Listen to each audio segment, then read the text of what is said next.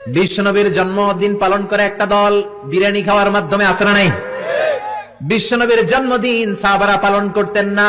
সাহাবায়ে কেরাম হুজুরকে সবসময় দেখছে, তারা সবসময় খুশি উদযাপন করেছে। আপনি হুদাইবিয়ার সন্ধি খুলে দেখেন, আল্লাহর হাবিব সাল্লাল্লাহু আলাইহি ওয়াসাল্লাম যদি থুতু মোবারক ফেলতেন, যেই সাহাবীর গায়ে পড়তো তিনি সব মেখে নিতেন, আর এক সাহাবীরা দৌড়ে যায় তার কাছ থেকে বরকত নিতেন। আল্লাহর হাবিব সাল্লাল্লাহু আলাইহি ওয়াসাল্লাম ওযু করতেন, সাহাবায়ে কেরাম প্রতিযোগিতা লেগে যেত কে হুজুরের পানির তবারক নিবে। মৌলভী সাহেব আপনি থাকলে তো ফতোয়া দিতেন, দলিল কোথায় খুঁজতেন, আপনি বেদাত বলতেন। আপনি কিতাবুল মানাসিক খুলেন, হযরত দায় হুজুর যখন হজ্জাতুল বিদা করলেন, সাহাবায়ে কেরাম হুজুর চুল মোবারক কাটতেছেন, সাহাবায়ে কেরাম হাত পাইতে আসেন কে তবারক দিবে।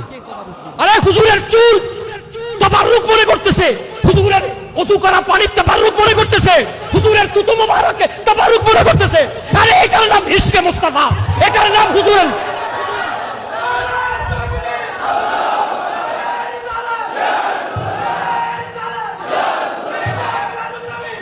আমরা সেই নবীর, আমরা নবীকে পাই নাই, নবীকে দেখি নাই, ওই নবীর মুহাব্বতে আমরা একটু দাঁড়ায় সালাম দেই, আমরা নবীর মুহাব্বতে রাস্তায় দাঁড়ায় ইয়া নবী বলি, মৌলভী সাহেবের মাথা খারাপ হয়ে যায়। এগুলি গাদ্দার উম্মত, এরা হলো ইহুদিদের দালাল। আমরা এই কাজ করার গুনার কাজ করে